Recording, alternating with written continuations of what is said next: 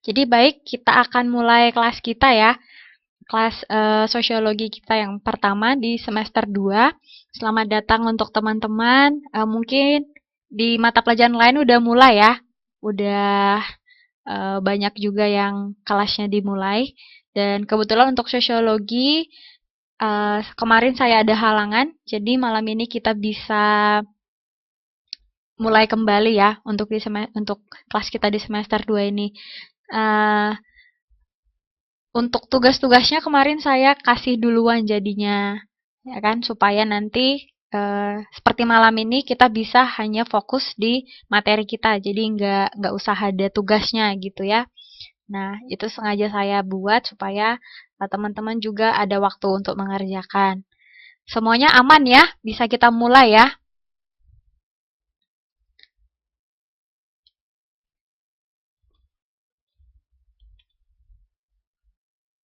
Oke, siap.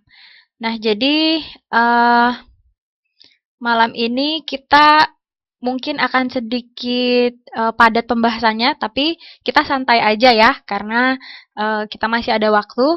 Dan nanti di pertengahan ya, mungkin di pertengahan atau beberapa slide nanti akan saya putarkan video. Jadi kita buka, kemudian kita pelajarin. Nah, nanti saya akan putar video untuk teman-teman semua, untuk kita semua, baru kemudian kita diskusikan. Oke, jadi uh, untuk di semester 2 ini kita ada 3 bab. Ya, ada 3 bab. Jadi, yang pertama itu nanti kita akan bahas tentang sosialisasi. Kemudian kita nanti ada 2 bab lagi setelah ini. Dan malam ini kita akan membahas sosialisasi sebagai proses dalam pembentukan kepribadian. Nah, jadi di sosiologi juga ada ya mempelajari tentang kepribadian.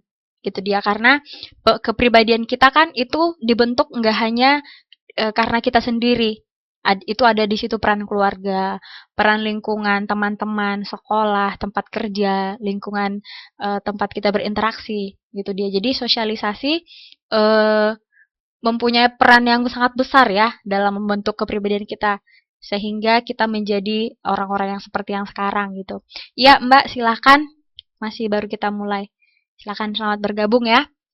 Nah, itu dia kira-kira. Jadi di sosialisasi eh, sebagai proses pembentukan kepribadian ini nanti ada 5 poin ya. Ada 5 poin nanti yang harus kita tuntaskan. Iya, kabarnya baik ya, kabarnya baik. Silakan langsung bergabung aja. Ada nanti pengertian sosialisasi ya, kita bahas nanti pengertian sosialisasinya, kemudian perkembangan manusia sebagai makhluk yang berkepribadian, kemudian jenis-jenis media sosialisasi nanti, lalu ada metode yang digunakan, kemudian mendeskripsikan kepribadian suatu individu. Ya, oke Mbak Nuri, selamat malam ya, selamat bergabung. Ini kira-kira. Oh, putus-putus ya di Mbak Citra ya. Tapi suaranya bisa kedengaran, Mbak. Bahkan gak ada suara. Teman-teman yang lain, ada yang bermasalah?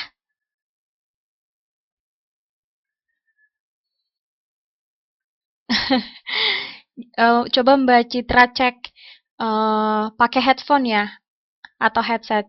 Coba dicek mungkin kurang ini ya. Itu kan ada colokannya ya. Mungkin dia kurang pas. Coba dipaskan dulu supaya nggak ketinggalan. Atau mungkin volumenya lupa dibesarkan atau seperti apa.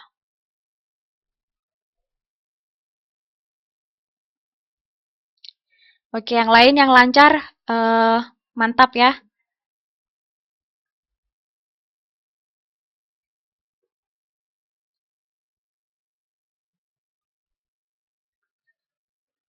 Oke, sambil kita lanjut ya, Mbak Citra nanti silahkan eh, di dicek lagi. Iya, oke. Sip, sip. Nah, kalau sosialisasi udah sering dengar ya? Udah sering dengar di mana ya? Di mana pernah dengar kata sosialisasi? Selain malam ini. Ayo. Selain malam ini ya. Ntar jawabnya barusan Kak gitu. Siapa yang pernah dengar kata sosialisasi sebelumnya? Terus kira-kira dengarnya di mana? Dan kemudian kira-kira itu apa ya gitu.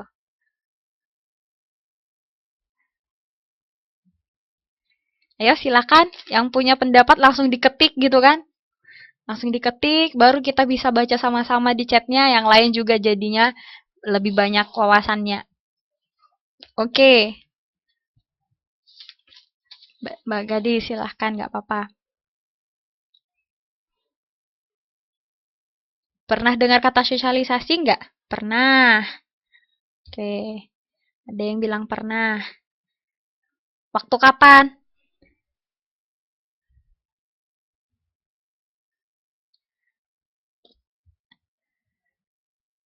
Pas ikut belajar di KPC. Terus, oh, pas di KPC ya.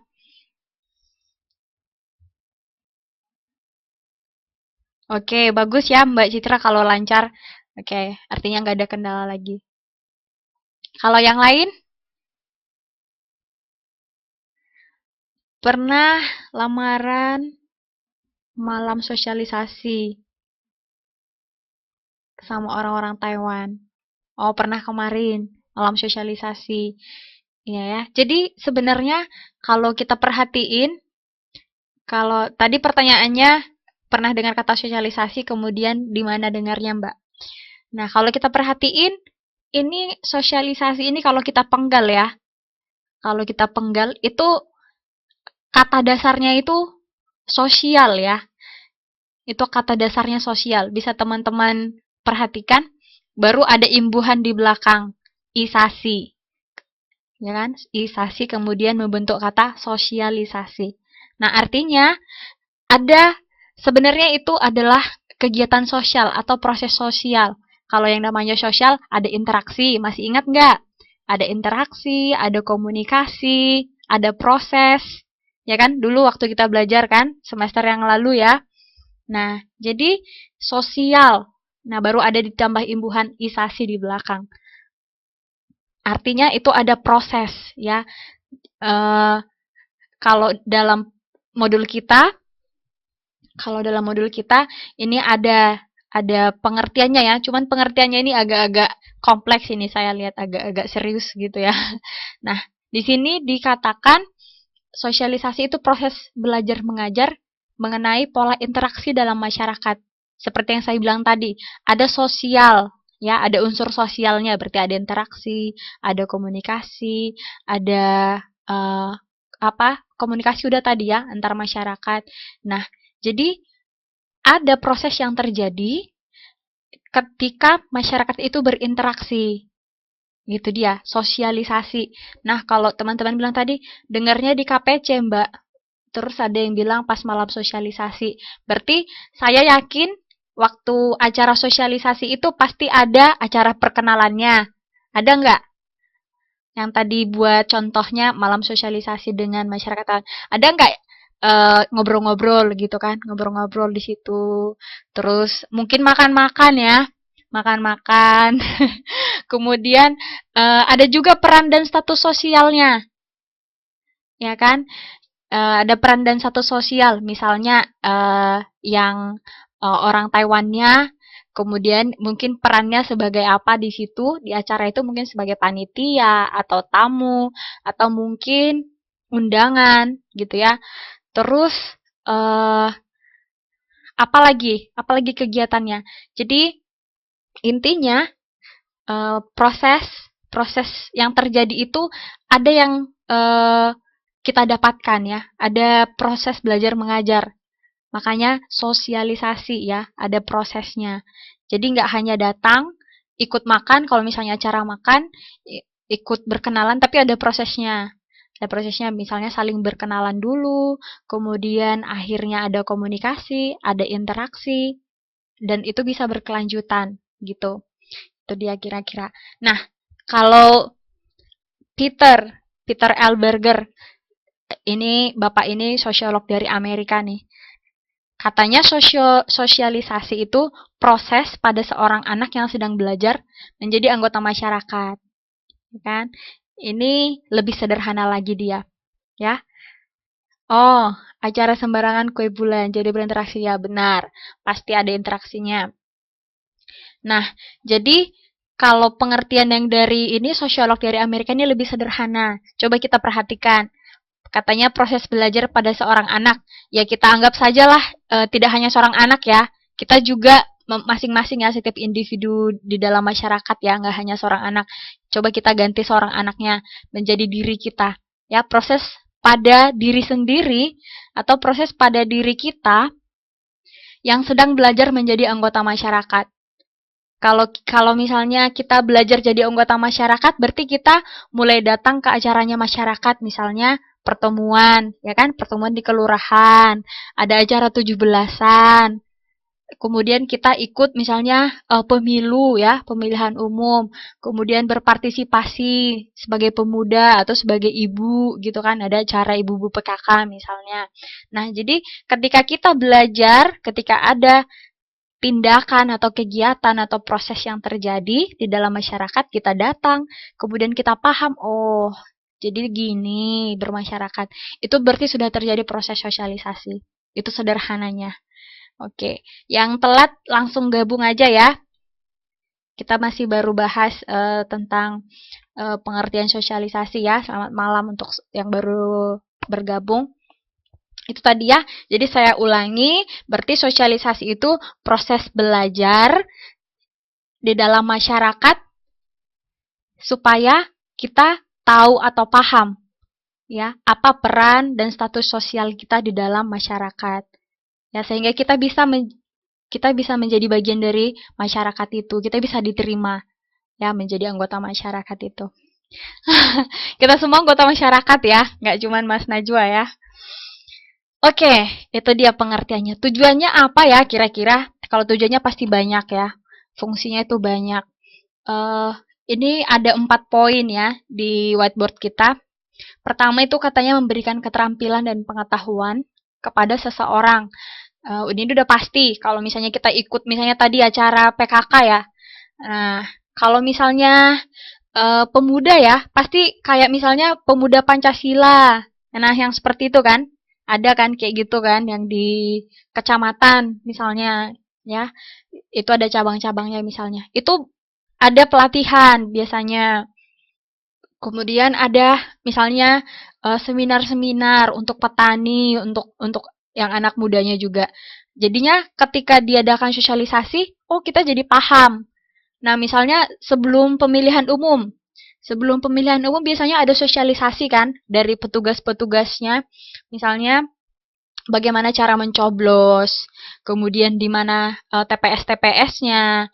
Ada kan mereka melakukan interaksi dengan masyarakat kemudian memberi informasi kan.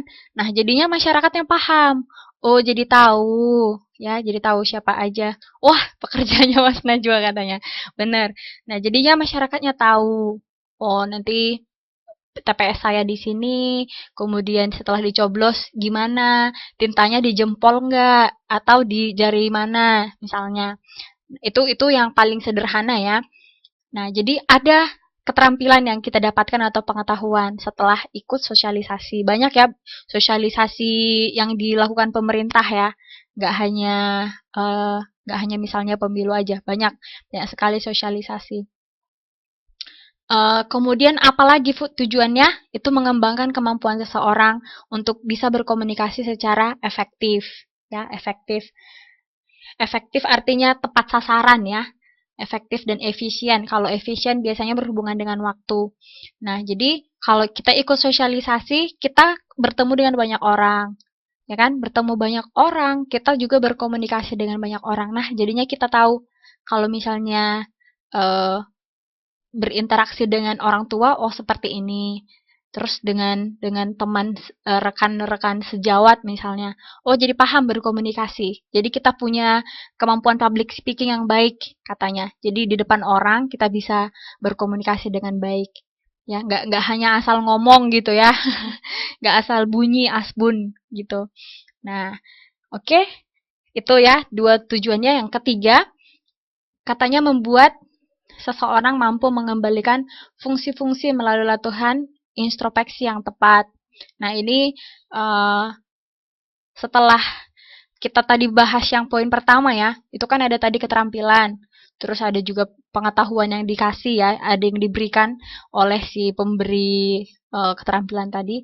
Nah, itu berefek, efeknya apa? Jadinya kita jadi paham ya, jadi paham, dan itu membuat kita mampu mengembalikan fungsi-fungsi ya, mengembalikan fungsi-fungsi melalui latihan introspeksi yang tepat. Nah, artinya setelah kita refleksikan, kita renungkan, oh, seperti ini. Nah, jadinya ada sarana yang membuat kita memahami atau mengevaluasi diri kita ya, menjadi lebih baik lagi. Itu memang apa ya, tujuan sosialisasi yang secara internal terjadi, artinya masing-masing orang. Jadi tidak bisa kita katakan secara umum itu terjadi, tapi yang pasti itu ketika proses sosialisasinya berjalan dengan baik dan benar, pasti ada introspeksi yang terjadi. Kemudian yang keempat itu tujuannya menanamkan nilai-nilai dan kepercayaan kepada seseorang yang punya tugas pokok dalam masyarakat. Ya, ada nilai-nilai yang bisa ditanamkan ya kepada setiap anggota masyarakat. Nah, itu ada 4 poin tujuan sosialisasi. Jadi kalau teman-teman bersosialisasi itu tidak terbatas hanya misalnya sosialisasinya dengan teman-teman dari Indonesia aja. Dari mana saja kalau kita melakukan sosialisasi ya, kita pasti ada mendapatkan manfaat ya kalau sosialisasinya dilakukan dengan baik dan benar. Ya, at least paling tidak dari 4 poin ini nanti adalah dirasakan efeknya. Gitu dia. Kemudian ini tambahan ya. Ini poin berikutnya itu biasanya sosialisasi berangkai dengan kepribadian dan kebudayaan, yaitu berhubungan masih berkaitan dengan kepribadian dan kebudayaan. Nah, jadi yang namanya kebudayaan masing-masing punya ya, masing-masing. Kemudian berbeda-beda juga. Makanya proses sosialisasinya juga berbeda. Kadang berbeda ya. Nah, kemudian di sini dibuat proses enkulturasi atau proses pembudayaan tadi itu mempelajari kebudayaan sendiri. Yang dipelajari itu banyak ya. Adat istiadatnya, bahasa, seni, agama, dan kepercayaan yang hidup dalam lingkungan kebudayaan masyarakat. Nah, biasanya ketika sosialisasi pun budaya menjadi poin yang paling sering ya, menjadi poin yang paling sering disosialisasikan. Ya, karena banyak yang bisa kita pelajari, misalnya kayak adat istiadat masing-masing suku, bahasa, seni, ya, apalagi agama ya. Nah, itu dia masih sangat erat kaitannya atau berangkai dengan kepribadian dan kebudayaan. Nah, ini 5 faktor yang menjadi dasar kepribadian. Jadi, sekarang kita masuk ke kepribadian ya. Ke kepribadian. Karena tadi kan kita sudah bahas di depan, sosialisasi itu akan mempengaruhi kepribadian. Dan ada hubungannya juga dengan kebudayaan. Jadi, yang pertama kita bahas kepribadiannya dulu. Tapi sebelum kita masuk ke sini, ada pertanyaan tentang makna sosialisasi sama tujuannya. Ada pertanyaan? Saya buka pertanyaan atau diskusi ya sebelum kita masuk ke kepribadiannya.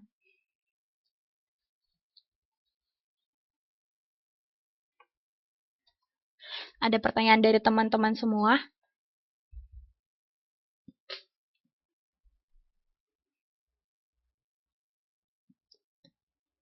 Nanti kita sampai jam berapa ya? Sampai jam 45 kali 2 ya. Oh, lanjut aja. Oke, kalau ada pertanyaan boleh ya langsung diketik aja, nggak usah ditunggu saya tanya pun boleh ya. Nah, kita masuk sekarang ke kepribadian ya. Yang pertama, kepribadian itu ada dasar-dasarnya.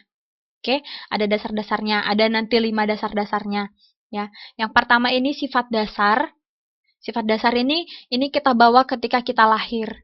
Artinya orang bilang bawa lahir gitu ya. Nah, jadi kepribadian kita itu berasal dari orang tua, diwarisi dari ayah dan ibu ya ketika lahir. Jadi ketika kita lahir, kita udah punya potensi nih.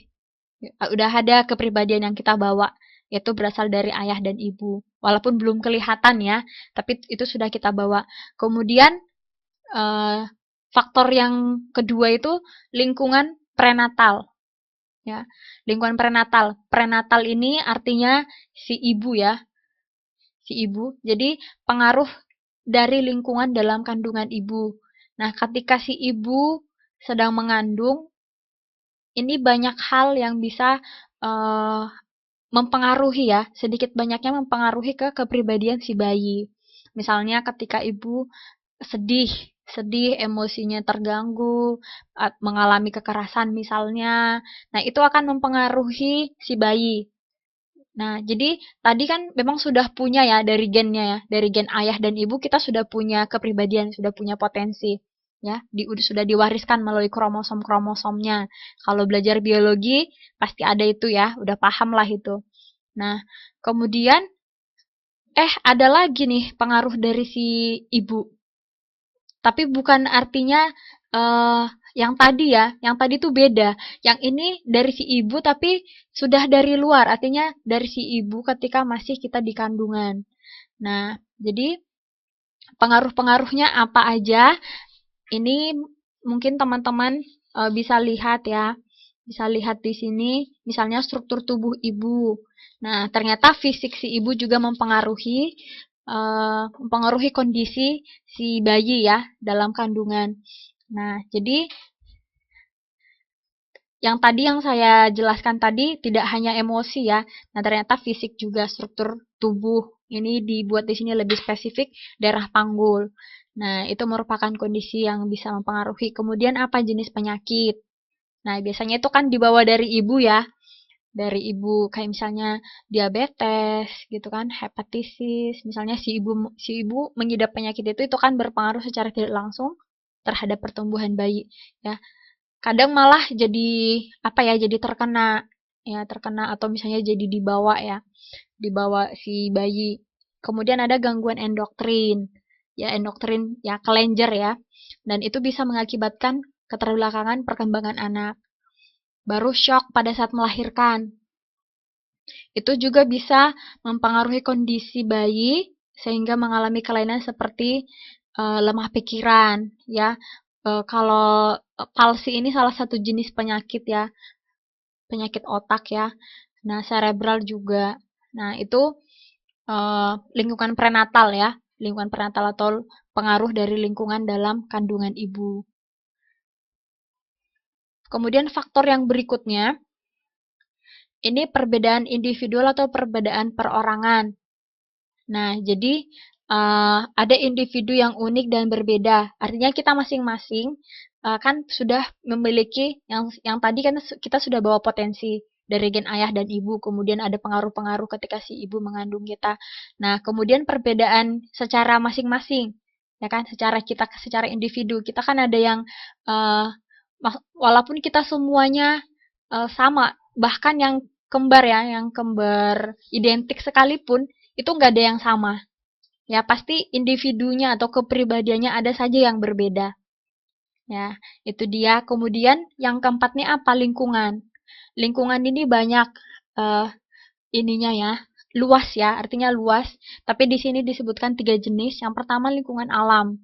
Ini yaitu keadaan iklim, tanah, flora, fauna, dan sumber daya sekitar individu.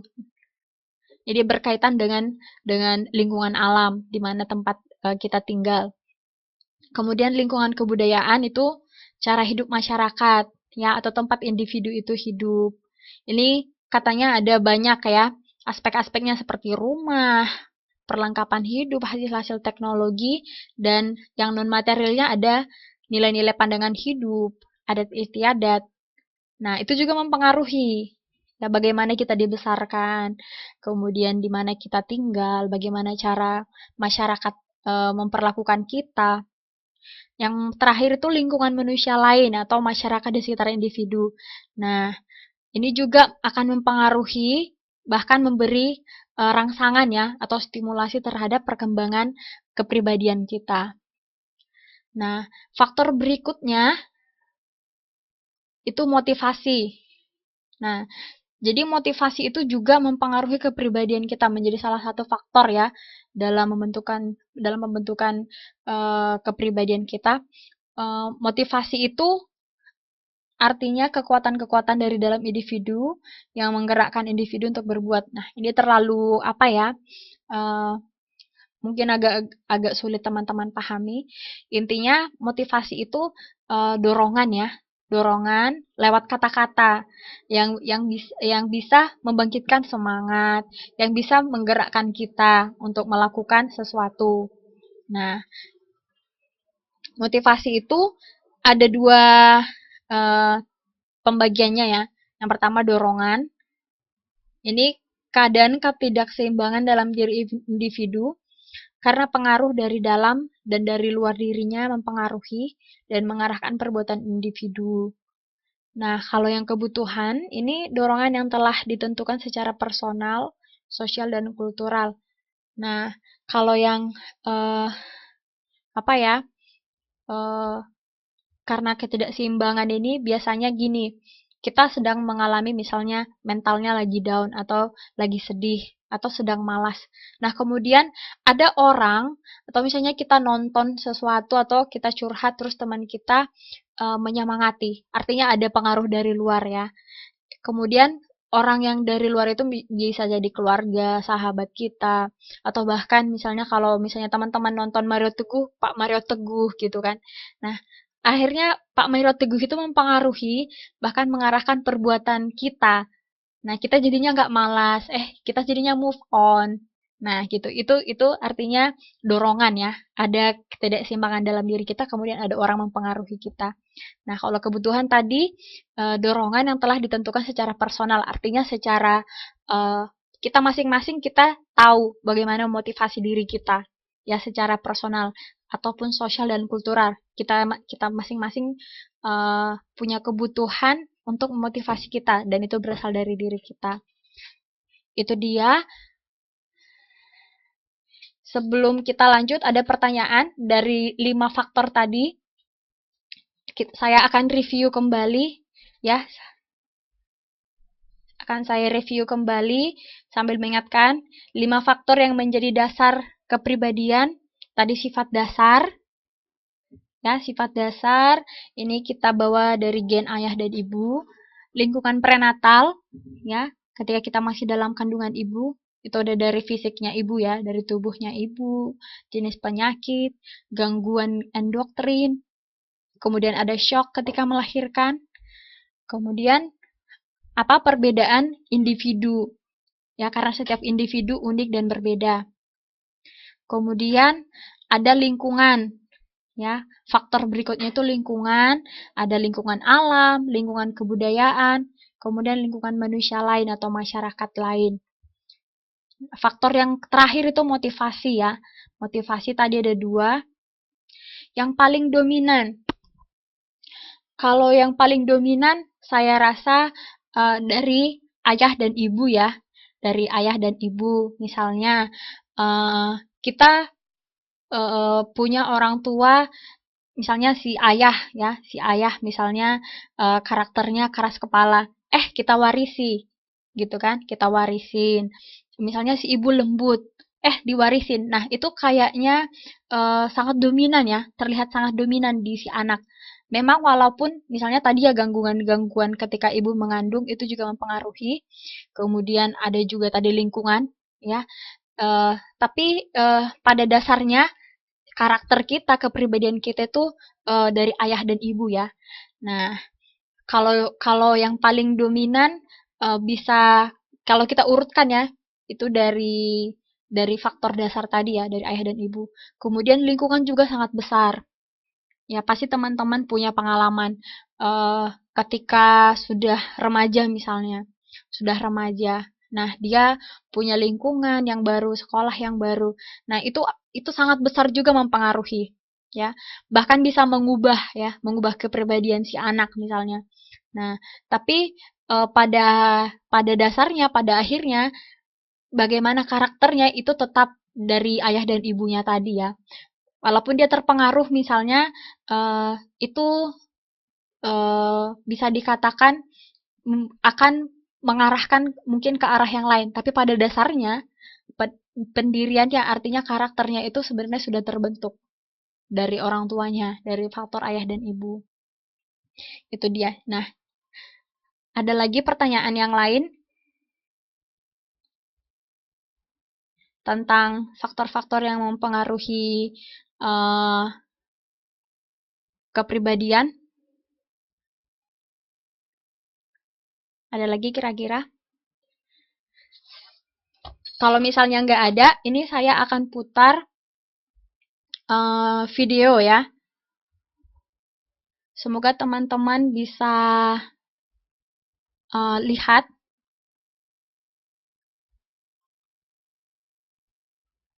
Teman-teman bisa lihat di whiteboard.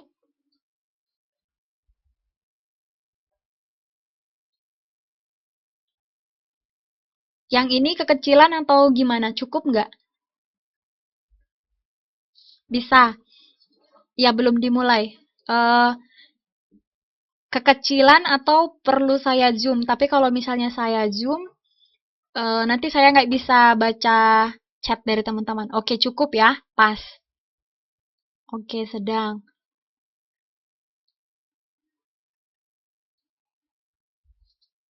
Nah, oke. Jadi, kalau misalnya oke, biar saya putar. Ya, ini video tentang sebuah keluarga.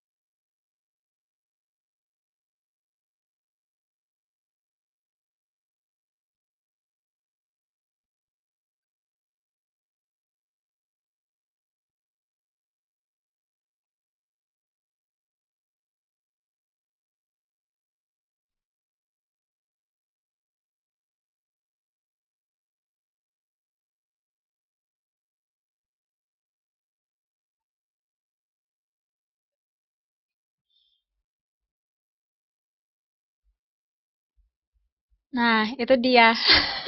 Tisu mana tisu?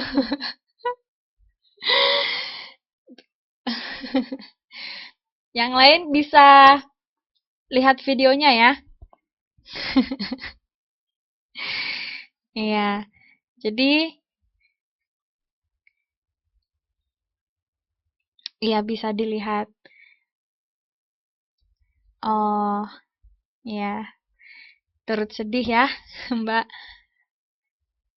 Oke. Mas Najwa tadi ada masalah ya? Nggak bisa ya? Wah, mati detik ke-30 ya. Oh, nanti saya kirim linknya ya ke Mas ya. Nah, itu tadi ada yang bisa ceritakan kembali? Ada yang bisa ceritakan kembali nggak videonya? Bisa didapat nggak ceritanya apa? Atau perlu diulang lagi? Saya rasa cukup ya.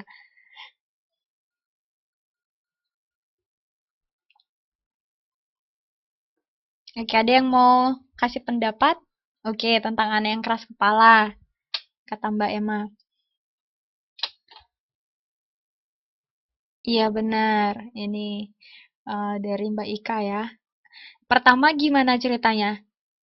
Mereka keluarganya rukun ya, awalnya. Terus ayahnya tuh sayang sama anaknya, ya kan? Pas udah sekolah, gimana? Apa yang terjadi?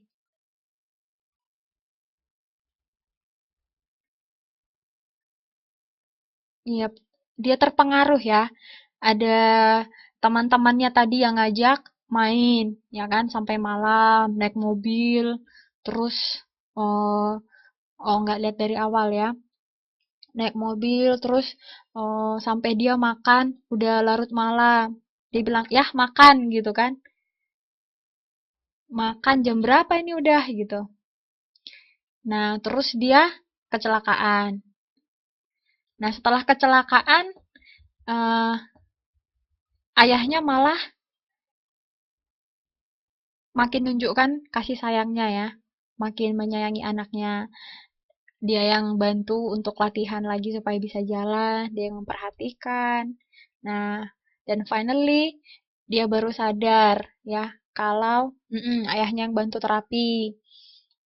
Terus finally dia sadar bahwa keluarganya adalah orang yang setia menyayanginya. Ya kan, walaupun tadi dia jadi anak yang gak disiplin, keras kepala, bandel, gitu. Oke. Nah, itu tadi gambaran ya, gambaran sebuah proses sosialisasi. Nah, jadi di dalam proses sosialisasi itu banyak yang terlibat ya, keluarga. Keluarga kalau tadi kita bahas satu-satu tadi dari ayah gitu ya, faktor-faktornya dari ibu, kemudian alam, lingkungan-lingkungan kita. Nah, ada keluarga, kemudian lingkungan juga sangat mempengaruhi ya, sangat mempengaruhi. Tadi si anak sangat drastis ya, berubah 180 derajat ketika bersama dengan teman-temannya. Jadi anak yang bandal, jadi anak yang ngurakan. Nah, tapi pada akhirnya dia bisa kembali menjadi anak yang baik karena apa? Karena keluarga ya. Nah, jadi ada proses yang terjadi di luar yang mempengaruhi si anak, tapi keluarga tetap menjalankan perannya. Bisa kalian bayangkan, bisa teman-teman bayangkan apa yang terjadi kalau misalnya tadi setelah dia kecelakaan ya, kan kakinya patah ya. Kalau misalnya setelah dia kecelakaan, keluarganya nggak peduli. Karena apa? Karena memang dia bandal. Karena dia udah nggak sayang lagi sama orang tuanya. Bisa bayangkan nggak? Dia apa yang terjadi padanya, kemudian bisa berubah nggak dia jadi lagi anak yang baik? Ya saya rasa enggak ya. Saya rasa dia akan tetap jadi anak yang bandal. Nah, jadi uh, kalau tadi Mas Najwa nanya dominan yang mana? Keluarga. Ya, keluarga orang tua ya, pastinya orang tua. Bagaimana orang tua atau keluarga memperlakukan kita itu akan sangat besar sekali efeknya, pengaruhnya ke pembentukan kepribadian kita. Nah, jadi syukurlah tadi ya keluarganya menjalankan perannya dengan baik ya. Ada proses sosialisasi yang baik dalam keluarganya sehingga dia bisa berubah. Iya, jadi ada yang punya pengalaman nggak tentang sosialisasi dalam keluarga boleh. ya. Ada yang mau membagikan pengalamannya, kita bisa pakai 5 menit. Kalau ada yang mau sharing.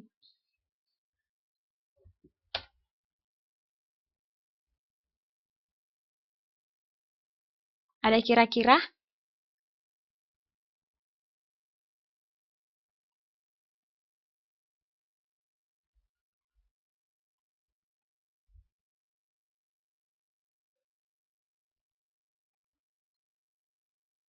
Gimana, ada yang mau ini membagikan? Kalau misalnya nggak ada, biar kita lanjut.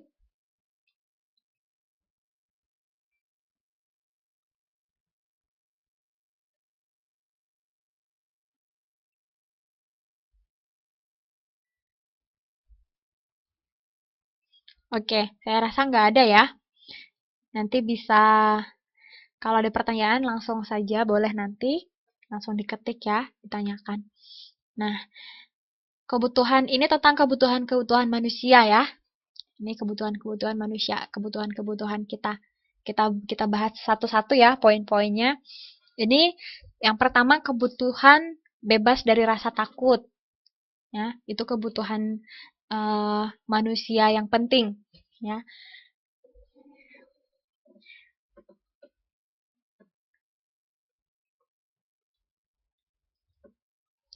Oh, ini baru ini dibalas nih sama Mbak Citra. Tadi maksudnya pengalamannya, eh, mungkin ada kasusnya sama atau pengalamannya sama. Itu tadi maksud saya. Oke, ya Mbak Lisa langsung gabung aja ya. Oh, ini dari Mbak Citra katanya adiknya berubah semenjak SMA jadi nakal. Sekarang masih sama, Mbak.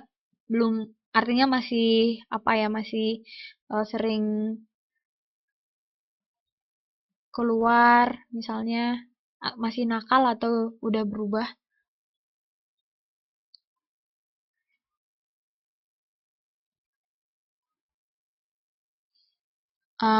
Iya. Nah, jadi seperti yang tadi kita sudah lihat ya di video, baru kemudian tadi juga saya sudah buat kesimpulan, eh, keluarga keluarga merupakan orang-orang yang bisa membuat atau yang bisa memberi pengaruh positif. Ya, karena keluarga itu orang yang paling dekat. Nah, dia kenapa kenapa ingin eh kenapa dia jadi bandal? Itu sebenarnya karena dia ingin diterima di kelompoknya, ya. Ketika dia bergaul, mungkin teman-temannya itu teman-teman yang suka, misalnya kalau yang perempuannya yang suka misalnya jalan-jalan gitu ya, atau yang belanja-belanja. Nah, jadi dia akan membuat dirinya sama. Ya, dia akan berusaha supaya dirinya diterima di kelompok itu. Nah, membeli teman yang punya kan, dia akan mengikuti supaya apa? Supaya dia bisa diterima. Kenapa? Dia sedang mencari jati dirinya. Nah, jadi kalau punya kasus yang sama atau punya pengalaman yang mirip tadi dengan video, silakan teman-teman eh, ingat ya bahwa keluarga nanti suatu saat ketika dia punya masalah atau apa, tetaplah menerima atau bahkan sebelum terjadi, tetaplah jadi orang-orang yang bisa menjadi tempat curhatnya. Artinya dia walaupun sedang berusaha untuk masuk ke dalam kelompok barunya itu tetap terima ya sambil nasihati pelan-pelan. Nah, pada akhirnya dia akan paham ya apakah kelompoknya itu baik untuk dia kalau kita terus kasih nasihat ya, kasih pandangan gitu. Nah, kalau misalnya kita berhasil, cepat atau lambat dia akan paham sendiri ya. Dia akan paham sendiri dan kembali ke keluarga. Nah, ini ada pertanyaan Mas Najwa juga. Benarkah jika masa kanak-kanak hilang maka akan melampiaskan di masa puber? Nah, kenapa dia sebenarnya nggak hanya di masa puber ya Mas ya? Artinya sampai sampai dia dewasa juga terus akan terjadi, ya akan terus terpengaruhi. Jadi bagaimana kita melalui masa kanak-kanak kita itu sebenarnya akan terus tercermin ya berpengaruh terus sampai kita sudah dewasa. Nah, kenapa dia lampiaskan di masa puber? Karena di masa puber dia sedang mengalami yang namanya perubahan. Ya, perubahan, dia mulai ada rasa apa ya, yang dipendam-pendam selama ini dia sudah mulai berani mengutarakan. Dia sudah mulai beranjak remaja, kemudian dia merasa dia sudah sama dengan orang dewasa, ya, udah sama gitu. Jadi makanya mereka mulai nunjukin, mulai marah kalau nggak suka, ya, kemudian mulai melawan, ya, mulai mulai menunjukkan siapa diri mereka. Mereka merasa juga bahwa jati diri mereka itu diakui. Nah, jadi eh, kalau dilampiaskan di masa puber, nggak hanya di masa puber, saya rasa ya, tapi di masa puber lah biasanya mereka mulai kelihatan lah, karena mereka sudah mulai merasa mereka dewasa, jadi mereka berhak gitu. Nah, jadi sudah banyak mulai kenakalan-kenakalan kecil, melawan orang tua, pemberontakan gitu ya, jadi lama pulang gitu. Nah, eh, kalau bisa ya, eh, kalau misalnya ini sebenarnya tanda kutip ya, masa kanak-kanak yang hilang ini, tetaplah di apa ya, ketika orang tua mengasuh, tetap komunikasinya di apa ya, diperdalam. Artinya kalaupun misalnya masa kecil mereka itu kalau kata orang masa kecil suram gitu ya, mungkin karena kurang banyak fasilitas atau apalah itu. Kalau komunikasi antara orang tua dan anak lancar, saya rasa itu tidak akan begitu meledak ya ketika dia sudah beranjak dewasa nanti. Artinya walaupun misalnya dalam serba kekurangan, kalau komunikasi orang tua dan anak itu lancar, eh, anak-anak merasa tetap nyaman, ya, walaupun kondisi seperti itu dia akan tetap pada dirinya. Artinya ada mungkin nanti pengaruhnya ketika dia mulai beranjak dewasa, tapi tidak separah yang eh, diabaikan orang tuanya, tidak yang komunikasinya nggak ada gitu ya, yang dia akan merasa menunjukkan kalau dia juga bisa karena dia sudah mulai dewasa kalau misalnya kita nggak bagus komunikasinya. Nah, ini ada contohnya. Kalau umur 5 tahun dipaksa sekolah di masa puber. Oh, sebenarnya kalau apa ya, 5 tahun eh, masuk preschool ya, masuk TK kalau di Indonesia ya. Nah, kalau bisa memang jangan dipaksa. Artinya begini, dikasih edukasi, dikasih penjelasan, Mas, dikasih penjelasan. Bukan, oh masuk SD, langsung masuk SD ya. Mungkin terlalu dini ya, karena mungkin mereka belum siap dari segi mental, masih mau main. Nah, jadi kalau misalnya mau dimasukkan ke TK ya, atau ke SD mungkin terlalu berat masih. Nah, dia akan merasa itu beban. Karena dia masanya masih untuk bermain. Nah, jadi kalau bisa memang jangan dipaksa. Pun kalau harus, ya, kalau terpaksa, coba dikasih pengertian aja sih. Dikasih pengertian. Bahwa nanti di sekolah ketemu teman baru, nanti bisa main gitu. Kalau di rumah kan hanya sama ayah, sama ibu. Misalnya seperti itu. Ya, jadi supaya dia nggak merasa, oh aku kok disuruh ke sini ya. Aku kan nggak suka gitu. Nanti dia akan jenuh sendiri gitu. Nggak mesti nunggu puber, nanti dia kelas 2 juga udah mulai-mulai banyak absennya gitu. Ya, mungkin dikasih pengertian aja. Oke, itu dia ya. Nah, kita lanjutkan ya, kita lanjutkan. Makasih untuk uh, apa teman-teman, masukan teman-teman, diskusinya juga. Nah, kalau ini kita masuk kebutuhan ya, kebutuhan-kebutuhan manusia yang penting. Tadi yang pertama, seperti yang sudah saya sebutkan itu, bebas dari rasa takut. Pasti siapapun kita, teman-teman semua yang hadir di kelas malam ini, siapapun itu pasti kita pengen bebas dari rasa takut. Ya kan? Makanya nggak ada yang mau dijajah. Nggak ada negara yang mau dijajah ya, karena kan takut ya. Nah, takut kalau kalau ada orang-orang yang uh, membuat kita merasa nggak nyaman atau terancam, ya. Kemudian kebutuhan bebas dari rasa bersalah.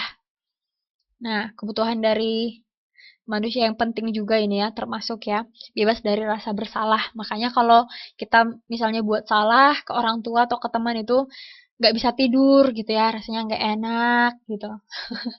Di pikiran, terus dipikirin, terus. Nah, kebutuhan untuk bersama dengan orang lain. Nah, ini bersama dengan orang lain bisa dengan teman, sahabat ya, pengen berinteraksi, atau bahkan kebutuhan biologis juga ya, akhirnya menikah gitu dia. Kemudian kebutuhan untuk berprestasi. Nah, kita kan pengen diterima orang ya, pengen di diakuin orang gitu ya dia. Diakui, misalnya dihargain atau dipuji ya karena ada kelebihan kita, karena ada prestasi kita. Makanya kita manusia dikatakan punya kebutuhan untuk berprestasi. Kemudian kebutuhan akan afeksi. Afeksi tahu ya, kasih sayang ya. Bahasa ininya kasih sayang ya, afeksi. Jadi kasih sayang dari orang tua, teman. Kemudian kebutuhan untuk turut serta mengambil keputusan mengenai persoalan yang menyangkut dirinya. Nah, ini soal mengambil keputusan ini banyak ini mulai terjadi ketika eh, saya pinjam istilahnya Mas Najwa, puber ya. Nah, ketika anak-anak remaja sudah mulai puber gitu kan, mereka itu mulai berontak. Aku kan udah besar gitu. Aku kan udah dewasa, aku juga bisa ngambil keputusan gitu. Nah, jadi dia apa ya? Itu sebenarnya apa ya? Secara biologis, artinya secara perkembangan itu sebenarnya normal. Nah, berarti dia sudah mulai dewasa. Jadi dia ingin mengambil keputusan karena itu mengenai dirinya, ya. Makanya penting ketika mereka mulai puber ya, ketika mulai beranjak remaja itu perlu bimbingan dari orang tua bagaimana mengambil keputusan yang baik. Ya kan, kapan saatnya mengambil keputusan. Misalnya ketika marah, ketika apa, jangan mengambil keputusan, misalnya seperti itu. Nah, jadi mengambil keputusan itu juga sebuah kebutuhan yang penting. Kemudian kebutuhan akan kepastian ekonomi. Ini udah pasti ya. Teman-teman setuju ya? Kebutuhan akan kepastian ekonomi ya. Kita kalau bisa hidupnya cukup ya gitu ya. Cukup dari segi keuangan, makanan, segala macam, pangan, sandang ya. Kemudian kebutuhan akan terintegrasinya sikap, keyakinan, dan nilai-nilai. Nah, kita juga secara uh, manusia kita punya banyak elemen ya. Uh, nggak hanya secara fisik ya, biologis kita punya jiwa, kita juga punya roh. Nah, jadi kita punya kebutuhan akan keyakinan, bahkan kita ingin kita punya nilai-nilai yang baik gitu. Oh, ini ada nih dari Mbak Nuri teman-teman. Ya, sudah beranjak dewasa, dibilangnya sudah dewasa. Ya, memang mereka ingin diakui Mbak jati dirinya. Ya, memang nggak salah ya, tapi tetap diawasi. Tetap diawasi walaupun sudah dewasa, mungkin bisa dikasih pengertian ya, mirip-mirip seperti itu. Iya, memang sudah dewasa, tapi kan dalam hal ini begini, Mbak juga begini, punya pengalaman dulu misalnya. Ya, itu wajar wajar ya. Wajar itu artinya mereka normal perkembangannya, tapi tetap dipantau. Nah, ini ada tahap-tahap sosialisasi ya. Tahap sosialisasi kita bahas dulu tahapnya. Yang pertama, anak mulai belajar mengambil peranan orang-orang sekelilingnya. Nah, jadi dia lihat, oh ayah pergi kerja, misalnya ayah pergi kerja, oh ibu biasanya masak, nyetrika atau apa, terus saudaranya ya, dilihat kakaknya, oh kakak begini, abang begini, mas begini, mbak begini, terus ada kakeknya, ada neneknya, jadi dia mulai, oh berarti aku peranku sebagai, misalnya kalau kakak, kakak, adik, nah jadi itu tahap pertama ya, di keluarga, itu terjadinya di rumah, anak-anak mulai belajar mengambil peranan.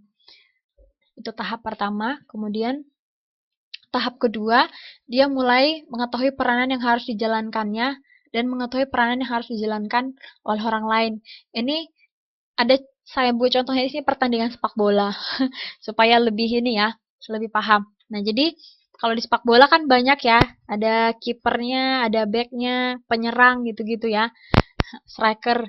Nah, jadi eh, misalnya di dalam keluarga atau dalam kehidupan sehari-hari si anak juga paham. Oh, ini perannya yang harus kujalani, mestinya ini. Terus misalnya guru. Oh, guru mestinya yang mengajar. Oh, kepala sekolah mestinya yang mimpin sekolah ini. Nah, jadi dia sudah mulai lebih luas ya. Tadi dia hanya belajar ketika tahap pertama dia belajar oh di rumah siapa aja, dia akan belajar dari situ. Kemudian tahap kedua, dia mulai tahu peranan yang harus dijalankannya dan orang lain juga. Itu dia. Yang ketiga, di tahap ketiga ini dia sudah sangat luas ya. Artinya sudah bisa dikaitkan dengan masyarakat luas. Ya, dia mampu mengambil peranan yang dijalankannya ketika dia bersama orang lain, bersama teman-temannya, kelompok, di sekolah, ya di masyarakat. Nah, ini contohnya misalnya si anak paham apa peran ibunya, sekaligus dia paham perannya sebagai ketua OSIS. Nah, jadi sudah gabungan ya, gabungan dari tahap 1 dan 2. Nah, sudah lebih luas pemahamannya. Nah, kalau fungsinya, tadi tahapnya ada 3, kalau fungsinya ini dapat mempelajari dan menghayati norma-norma kelompoknya hidup. Nah, kalau tadi di awal kan kita tadi sudah bahas tujuan ya, tujuan sosialisasi tadi. Ada untuk keterampilan dan pengetahuan, ya ada 4 poin tadi. Nah, kalau ini fungsinya katanya mempelajari dan menghayati norma-norma kelompok eh, yang ada di dalam masyarakat itu. Bagaimana dia mempelajari itu, bagaimana dia menghayati. Nah, itu pasti ada pengaruh ke dirinya. Kemudian dapat mengenal lingkungan yang lebih luas di masyarakat. Oke, bisa lebih tahu ya. Kan tadi tahap-tahapnya itu dari rumah beranjak ke lingkungan ya, misalnya lingkungan sekolah, kemudian lebih luas lagi. Nah, sosialisasi membuat si anak atau membuat kita ya yang sedang mengalami proses tadi itu mengenal lingkungan yang lebih luas. Kemudian mengenal peranan-peranan anggota masyarakat seperti yang sudah kita bahas tadi, mengenal tentang status sosialnya di masyarakat, ya kan? Ada status sosial ini maksudnya ya sebagai anggota masyarakat saya harus seperti apa. Oh, status saya di sini sebagai mahasiswa kalau mahasiswa, sebagai pekerja misalnya. Oh, di masyarakat saya harusnya begini, kontribusi saya harusnya berpartisipasi di kegiatan apa. Nah, misalnya gitu. Kemudian dapat mengembangkan kemampuannya sesuai peran dan status sosialnya. Itu fungsinya ya. Nah, sampai di sini ada pertanyaan. Gimana teman-teman, ada pertanyaan?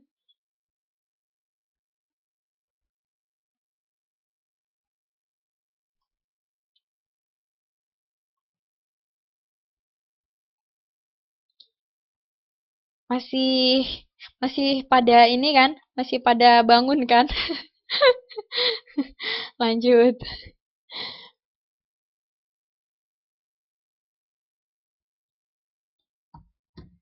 Oke.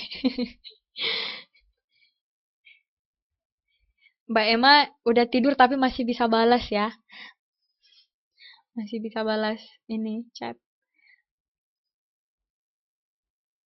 Oke. Oke, kalau nggak ada, kita akan lanjut ke media-medianya. Oke. Ke media-media sosialisasi dan peranannya. Nah, tadi kita sudah bahas keluarga ya. Nah, ini misalnya yang pertama keluarga. Kalau di keluarga, kalau di rumah ya, kita ingat dulu. Kita ingat kalau di rumah kita apa aja yang kita pelajarin. Nah, kan keluarga salah satu media ya, salah satu alat tempat kita belajar ya. Bagaimana sosialisasi yang terjadi di keluarga dari mulai cara makan, jam berapa makan, ya kan? Terus misalnya kalau makan di mana, apa alat-alat yang dipakai, kemudian cara berpakaian, kan? Terus ada juga misalnya diatur olahraga kapan, jalan-jalan. Kalau kalau misalnya eh, yang lebih ketat lagi misalnya ada jam tidurnya. Nah, misalnya jam 10 lampu belajarnya harus sudah mati ya, atau nggak boleh nonton TV lagi ya, misalnya. Nah, itu banyak ya, banyak apa namanya, proses sosialisasi yang terjadi dalam keluarga. Artinya banyak hal-hal yang sudah diatur di keluarga yang bisa kita pelajari.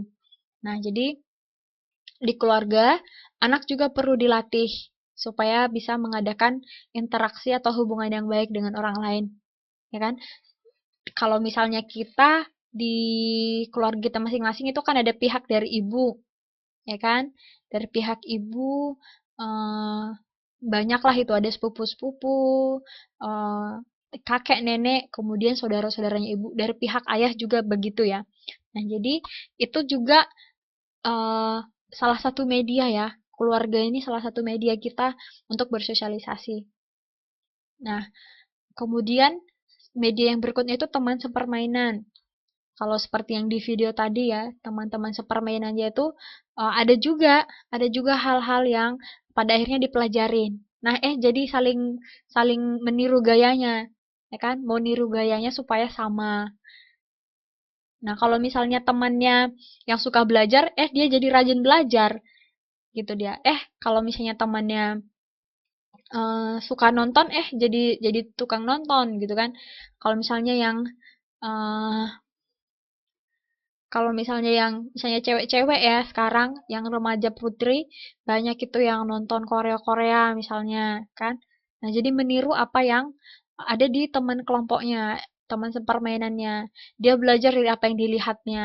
Kalau mereka kalau mereka suka misalnya eh, apa namanya? Cabut, dia kan cabut juga. Kan dia kan bolos juga. Dia kan bolos dari sekolah misalnya.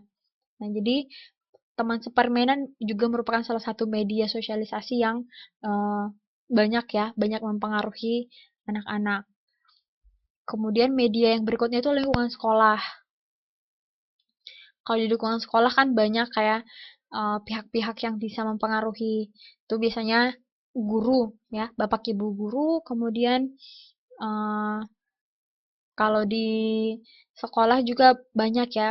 Eh, nggak tahu kalau misalnya di sekolah yang kalau misalnya sekolah saya dulu yang agak di pedesaan itu belum ada. Kayak misalnya BK, ya bimbingan konseling. Nah, itu biasanya kan ada sosialisasi. Misalnya setiap hari Jumat mereka itu guru-guru BK itu akan kasih pengarahan supaya jangan malas atau supaya jangan terlambat, memotong kuku, seperti itu. Rambut yang misalnya yang laki-lakinya tidak gondrong. Nah, itu kan pengaruh ya, pengaruh dari lingkungan sekolah sangat besar juga ya yang diajarkan oleh guru-guru, kemudian teman-teman di sekolah.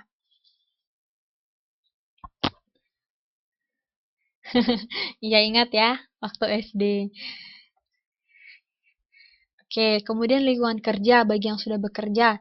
Nah, teman-teman yang bekerja pasti banyak pengaruh ya dari lingkungan kerjanya. Kalau misalnya yang kerja, ini ada yang bisa cerita, ada tempat kerjanya gimana? Wow, banyak banget nih. Nah, coba dari Mbak Raini satu. Dari Mbak Raini dulu satu. Kira-kira pengaruh dari lingkungan kerjanya Mbak Raini ke Mbak gimana? Ke diri Mbak sendiri. Di mananya?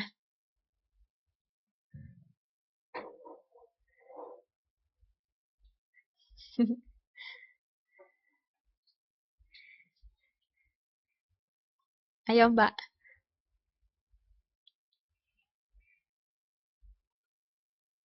Ayo yang lain juga bisa ya. Gak cuma Mbak Raini. Kalau di lingkungan kerja apa? Hal-hal apa aja yang teman-teman lihat? Dan kemudian eh, bisa mempengaruhi teman-teman.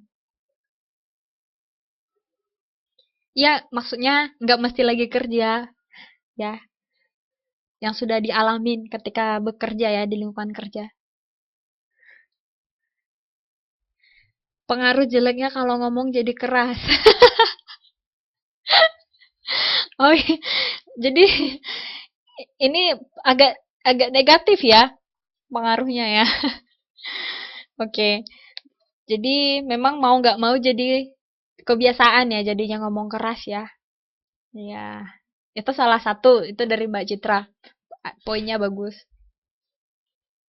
Lebih teliti karena majikan sangat teliti. Wah, ini positif ya. Bagus karena memang eh apa ya, bosnya mungkin perfeksionis ya kan, dikit-dikit dicek gitu ya. Nah, kita jadi sadar, jadi secara nggak sadar kita juga melakukan hal yang sama. Kita juga terpengaruh ya, jadi seperti itu. Apalagi kira-kira?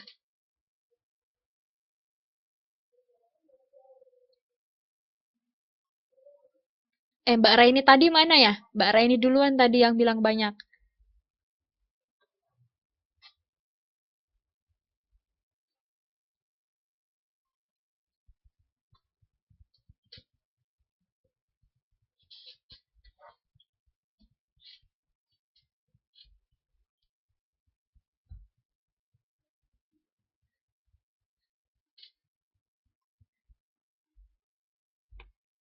Nah, ini dia. Ini dari Mbak Raini ya. Kita bisa baca. Oh,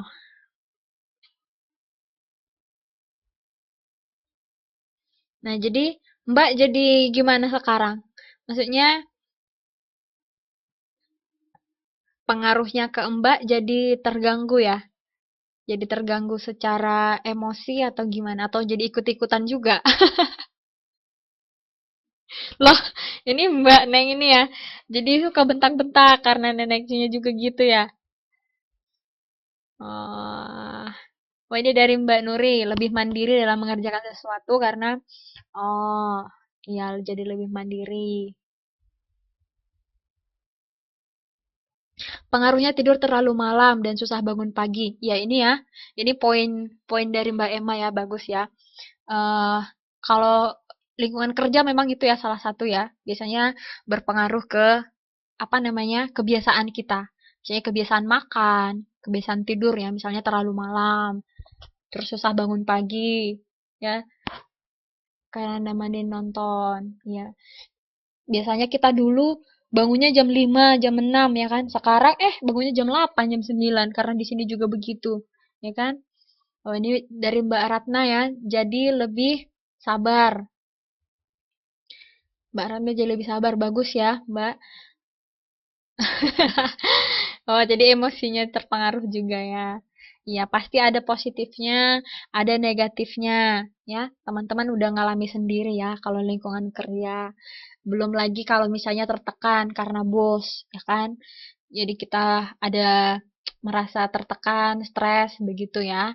Itu jadi susah tidur.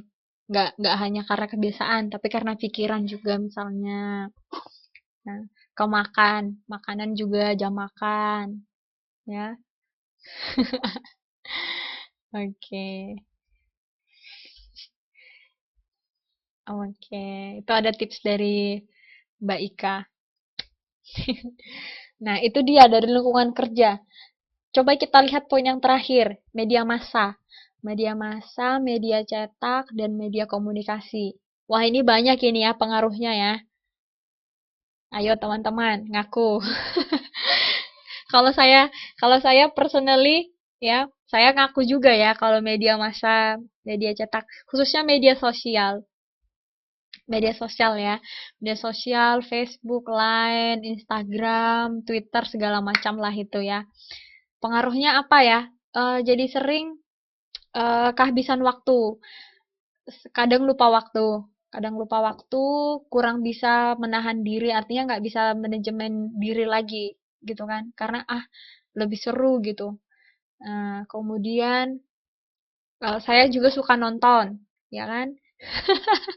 Saya juga suka nonton dan itu apa ya, banyak ininya juga ya, banyak efeknya. Karena yang dilihat di TV itu kadang yang dari A sampai Z ya banyak ya, belum lagi dari selebritis-selebritisnya yang aduhai gitu kan. Ya banyak lah, banyak. Tapi positifnya banyak juga. Misalnya yang media massa ya, di sebenarnya di apa juga banyak ya, yang media elektronik ya, yang kita pakai aplikasinya sekarang itu banyak sekali. Atau banyak juga website-website yang bagus. Itu banyak sumber-sumber bacaan yang bagus, ada penelitian, ada juga tentang kesehatan, sampai masak-memasak semua lah lengkap ya. Banyak juga manfaat positifnya. Jadi sedikit-sedikit bisa bisa ketik di Mbah Google lah gitu kan kalau kurang paham. Semua pasti ada di sana, pasti ada di Mbah Google, percaya deh.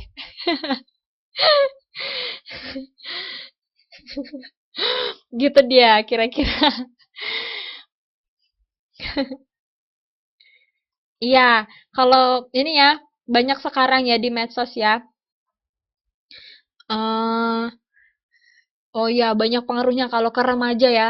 Sekarang mereka sering ini ngabisin waktu ya karena ada BBM apa segala macam. Minta HP yang bagus biar bisa main game. Ke mata ya, ke fisik. Terus eh ini pengakuan dari Mbak Citra ini katanya kalau ngerjain tugas lebih banyak lebih lama buka FB-nya. Nah, kemudian Mbak Reni juga sama. Mbak Reni juga sama kasusnya. Banyak ya pengaruhnya ya.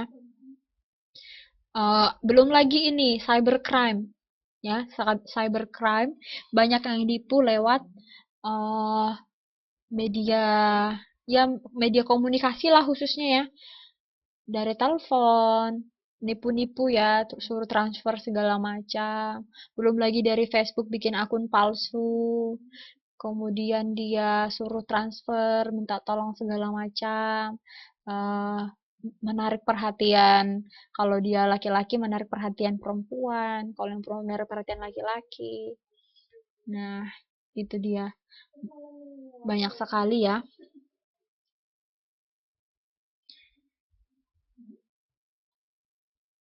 Iya. Jadi itu pengaruhnya. Tapi yang pasti teman-teman harus bisa apa namanya ya, menahan diri atau membatasi ya. Itu saran dari saya. Ya, memang banyak manfaatnya tapi kalau lebih banyak negatifnya mending dihindari aja. Iya. Oke ya. Itu tadi media-media ya, media-media yang eh, kita pakai dalam bersosialisasi. Ada keluarga tadi, yang nomor dua masih ingat?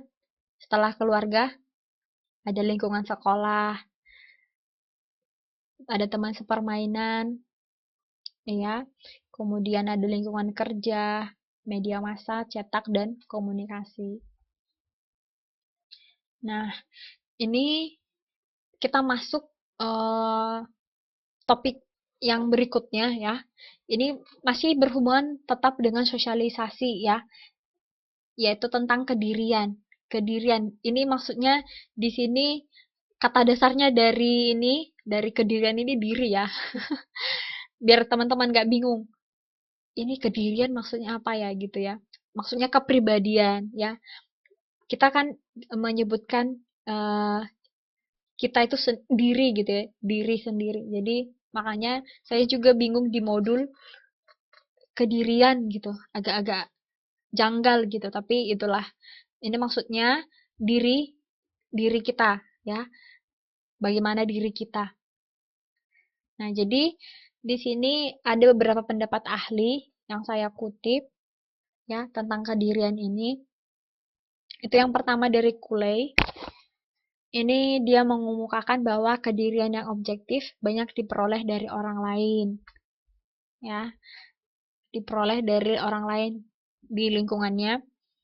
Baru kita baca aja dulu semua ya, sama teman-teman juga. Kita baca aja dulu biar kita dapat ide utamanya ya. Terus ada dari friend ini. Ini katanya kedirian itu mengingatkan pada suatu kenyataan bahwa kedirian itu adalah hasil konflik yang terus-menerus dialami seseorang dalam lingkungan sosialnya. Nah, kalau friend, poinnya itu hasil konflik ya, hasil konflik yang terus-menerus terjadi. Kalau dari Kule tadi, kedirian itu banyak diperoleh dari orang. Kalau Goffman, ini salah satu tokoh kontemporer Ya, katanya kepribadian itu terbentuk dan mengalami perubahan sewaktu proses sosialisasi berlangsung. Nah, ketika tadi kan ada media-media sosialisasi ya, ketika berlangsung prosesnya itu uh, ada perubahan, ya kan? Kemudian terbentuklah kedirian kita. Nah, itulah maksud dari pernyataan si Gufman. Jadi kepribadian itu terbentuk dari proses itu. Kalau si Matt mengemukakan bahwa kedirian itu memiliki suatu aspek kreatif dan spontan, ya, aspek kreatif dan spontan. Artinya kreativitas dari diri kita sendiri ya kreativitas yang muncul dari diri kita itu. Nah, jadi ada aspek kreatif dari diri kita. Jadi kalau kita gabung semuanya ini pendapat-pendapat ahli ini, ya berarti bisa dikatakan kedirian atau kepribadian itu kita peroleh dari orang lain sebagai hasil suatu proses, ya, suatu proses sosialisasi dan mengalami perubahan serta terbentuk dalam suatu aspek kreatif dan spontan. Nah, itu kira-kira kalau kita simpulkan ya, kita gabungkan.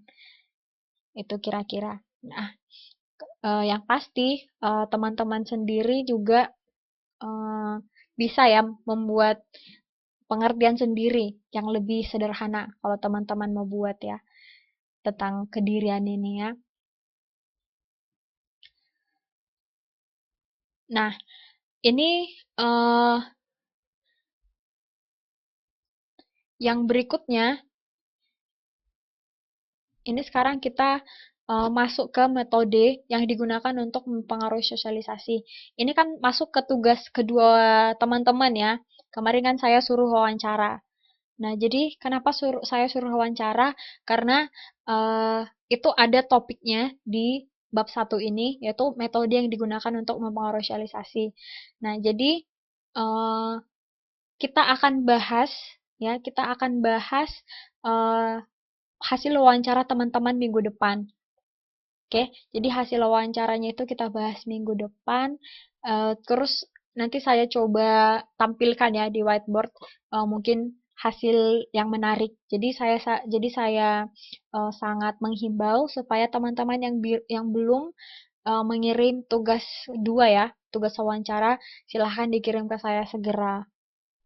Oke, nah jadi kalau teman-teman masih ingat wawancaranya bagus ya, yang nggak ingat nanti saya coba ingatkan di pertemuan berikutnya. Itu tentang metode ganjaran dan hukuman. Itu metode pertama, kan? Kemudian metode pemberian contoh. Nah, ada juga saya lihat di tugasnya itu yang kurang paham ya, artinya jadi salah pertanyaannya. Kan saya kasih kebebasannya untuk membangun pertanyaan sendiri, untuk membuat pertanyaan sendiri. Tapi ada yang terlalu jauh dari topik ini. Nah, itu nanti kita bahas ya. Kita bahas hasil wawancaranya. Yang belum mengirim tugas 2 hasil wawancara, ya segera dikirim ke saya. Ini saya sembari mengingatkan ya. Nah, jadi kalau misalnya di keluarga ya ada metode yang digunakan. Nah, kemarin saya sudah baca banyak dari teman-teman banyak yang setuju ganjaran ya. Ada juga banyak yang setuju pemberian contoh. Yang hukuman juga ada. Eh saya kurang ingat Mbak Nuri, nanti saya cek lagi ya. Tapi kemarin ada saya baca yang kurang ini ya, kurang ini jadinya kurang sesuai, kurang nyambung. Ada yang apa namanya banyak juga menggunakan pemberian contoh ya. Nanti saja ya kita pastikan ya. Yang penting dikirim ya, jangan sampai nggak ngirim tugas, nanti kosong nilainya. Nah, kalau metode ganjaran itu bisa bersifat material atau benda. Teman-teman mungkin waktu SD atau SMP pernah dijanjiin, ya kan, dijanjiin. Kalau nanti juara 1, nanti Bapak bawa jalan-jalan misalnya, atau nanti Bapak belikan apa gitu, jam misalnya, sepeda atau apa, atau misalnya dipuji ya. Itu ganjaran juga, ganjaran. Ya, pernah ya yang dibelikan sepeda. Wah, luar biasa. Saya nggak punya sepeda waktu kecil, Mbak. Makanya bisa naik sepeda itu sekarang. Jadi curhat ya. Nah, itu kalau juara dapat jam. Wah, enak ini Mbak Ika. Nah, jadi itu salah satu metode yang digunakan ya di keluarga ya. Nggak hanya di keluarga sebenarnya, di lingkungan masyarakat juga di luar ya. Misalnya di kantor, ya kan? Kalau misalnya bisa dapat klien ya, ada bonus dari bos, ya kan? Terus dapat penghargaan, sertifikat, banyaklah. Atau dibawa jalan-jalan ke luar negeri misalnya. Nah, jadi itu metode ganjaran. Kalau hukuman, nah misalnya nggak dapat ranking, ya kan turun rankingnya, ada merahnya. Ya dihukum nggak dikasih uang jajan, misalnya. Nah, ini sebenarnya pro dan kontra ya. Sama seperti hasil wawancara teman-teman kemarin, eh, si orang tuanya menganggap bahwa itu sebenarnya ada baik dan buruknya masing-masing. Itu benar ya, sudah pasti. Nah, ada juga metode pemberian contoh ya. Ini bagus sekali metode pemberian contoh ini. Eh, Kalau yang memberi contoh itu baik ya, artinya yang ditunjukkan itu sikap-sikap yang baik ya, sikap-sikap yang positif. Nah, jadi kan anak-anak itu kan sukanya niru, sukanya itu eh, orang gimana dia juga ngelakuin gitu. Jadi ada proses imitasi ya. Jadi tingkah laku orang-orang di sekitarnya, orang tua, saudara-saudaranya itu ditirunya. Bahkan sifat-sifatnya juga. Nah, itu metode pemberian contoh. Kalau di sekolah itu mungkin bisa ya, bisa lebih positif. Artinya guru-gurunya eh, berusaha untuk memberi contoh yang baik. Ya, kalau di keluarga ini yang sering kebablasan, gitu kan? Diingatkan yang baik, eh yang terjadi artinya yang secara tidak sadar terjadi malah yang kurang baik. Nah, itu akan terjadi pemberian contoh yang negatif. Ya, tetap ditiru tapi yang negatifnya juga tadi jadi ikut gitu. Jadi ikut tertiru juga.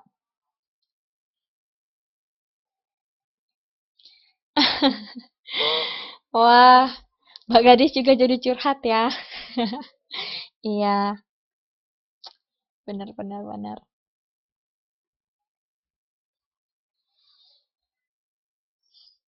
Oke. Kalau proses belajar sosial, ya, proses belajar sosial itu berlangsungnya kegiatan individu dalam proses belajar sosial untuk mempelajari bermacam-macam peranan sosial. Terlalu complicated. Nah, artinya proses belajar sosial ini ketika kita ketika kita diri kita masing-masing itu mempelajari macam-macam peranan sama seperti tadi ya yang sudah kita bahas tadi. Jadi ada proses yang terjadi kita belajar nih, belajar sosial. Kita tahu peranan-peranan, apa kira-kira yang dilakukan kelompok ini di mana kelompok ini melakukan kegiatannya, seperti itu. Ada proses belajar sosial yang terjadi. Yang disebut peranan sosial itu ini tingkah laku yang diharapkan dari seseorang untuk kelompoknya, di mana tingkah laku tersebut ditentukan oleh kelompok atau kebudayaan. Nah, peranan sosial ya. Di sosial kan ada peran-peranan juga, dan itu ditentukan oleh kelompok dan kebudayaan itu. Dan itu semua peranan itu berkembang ya, sesuai dengan keadaan ya di masyarakat itu. Karena beda masyarakat, beda kelompoknya, beda juga peranan sosialnya, beda juga perkembangannya. Nah, kemudian ini eh, kebudayaan dan pengaruhnya terhadap kepribadian ini kita akan lanjut minggu depan ya. Kita akan tutup sampai di sini. Nanti sampai kapan lagi ya pertemuan sosiologi ya? Sebenarnya ada 6 slide lagi baru kita akan habis ya untuk topik satu ini. Jadi mungkin 2 minggu lagi ya, kalau nggak salah. 2 minggu lagi akan ada kelas kita. Nah, jadi kita akan tutup sampai di sini. Untuk kebudayaan dan pengaruhnya nanti kita lanjut, sekaligus kita bahas hasil wawancara teman-teman. Lalu saya mau mengingatkan tugas satu yang sudah ngirim masih yang di whiteboard, ya kan? Coba teman-teman, teman-teman ingat-ingat, udah kirim tugas 1 belum? Kalau sudah kirim, terus namanya udah ada di sini belum? Coba dilihat whiteboardnya.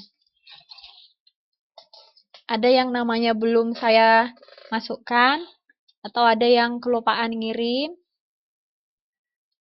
Oh iya, kita masuk 28 September ya. Sudah, Mbak Ika sudah. Yang lain?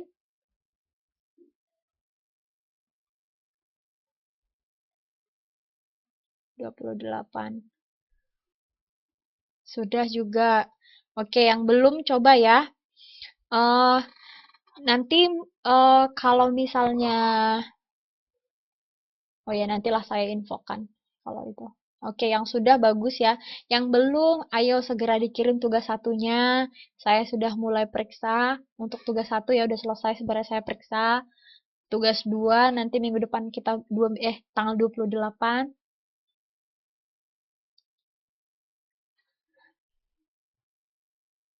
Oke, coba dicek ya. Yang belum juga diingatkan temannya untuk tugas 1. Oke, yang hadir malam ini bisa tugas 1 sudah ada Mas. Waktu itu saya kirim lewat ketua kelas ya. Itu menjawab pertanyaan esai dari bab sosialisasi. Coba nanti komunikasi lagi sama ketua kelas atau ya coba nanti ya komunikasi lagi. Ya jangan lupa dikirim ya. Tugas 2 sudah ngerjakan Mas? Wawancara? Saya belum ada baca sih punya Mas Najwa. Oh, tugas 1 sudah tapi belum ada namanya. Nama Facebooknya ini siapa? Denis, akun Denis ya. Nama Facebooknya apa? Atau kirim lewat email ya?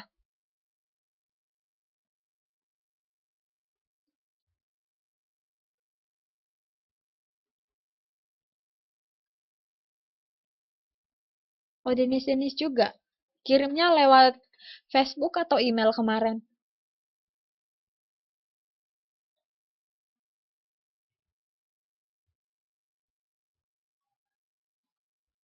Oke, yang belum.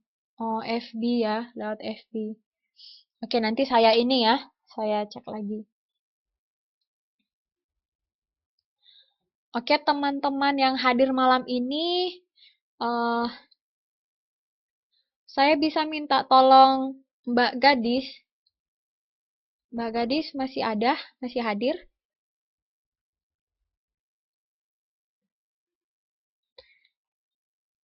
Oh, masih. Mbak, saya minta tolong supaya teman-teman yang hadir malam ini itu ngelapornya ke Mbak. Artinya ngabsennya ke Mbak. Kan tadi ada juga yang izin ya. Saya lupa tadi namanya di atas. Jadi supaya sekalian aja Mbak aja yang buat namanya. Nanti minta tolong kirim ke saya. Oh, sudah ditulis, iya. Jadi yang hadir malam ini yang 17 orang, yang 16 orang ya. 17 ikut Mbak Gadis. Lapor ke Mbak Gadis ya yang hadir malam ini absensinya. Jadi saya nanti tinggal minta dari Mbak Gadis. Sama yang izin tadi ya, sama yang izin.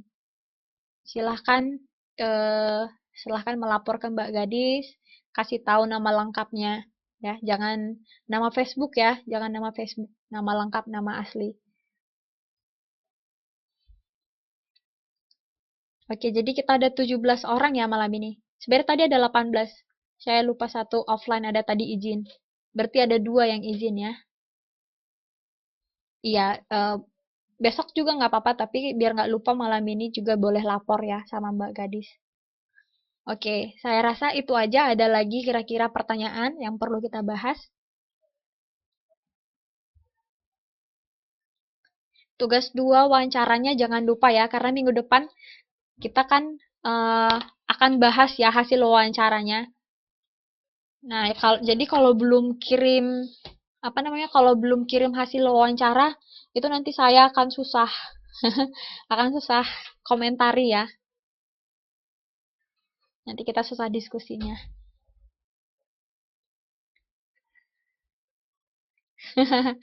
Oke ya. Kalau ada kendala silahkan kontak saya ya. Silahkan kontak saya di Facebook atau ke ketua kelas juga boleh ya teman-teman. Ya jangan ini kalau misalnya nggak tahu tugasnya apa, coba silahkan ditanya. Atau ada yang perlu eh, diperjelas ya. Jangan jangan nanti kita sudah deadline baru ya, itu nanti teman-teman kecapean sendiri. Nah, jadi itu aja, kita nggak ada tugas ya, karena tugas 1 sudah saya terima. Yang belum kirim, ayo silahkan dikirim. Oke, itu aja untuk malam ini. Terima kasih teman-teman untuk waktunya, juga untuk pengertiannya ya, kerjasamanya, karena seharusnya kan malam ini nggak ada jadwal sosiologi ya. Tapi saya pakai. Makasih untuk kerjasama teman-teman semua. Mohon maaf untuk eh, siapa tahu ada perkataan yang salah atau yang kurang ya, yang lebih ya. Semoga teman-teman bisa dapat sesuatu ya malam ini. Ada pembelajaran, ada pengetahuan yang didapat. Oke, jadi selamat beristirahat untuk kita semua. Sampai ketemu di pertemuan yang selanjutnya ya. Selamat malam ya. Selamat beristirahat.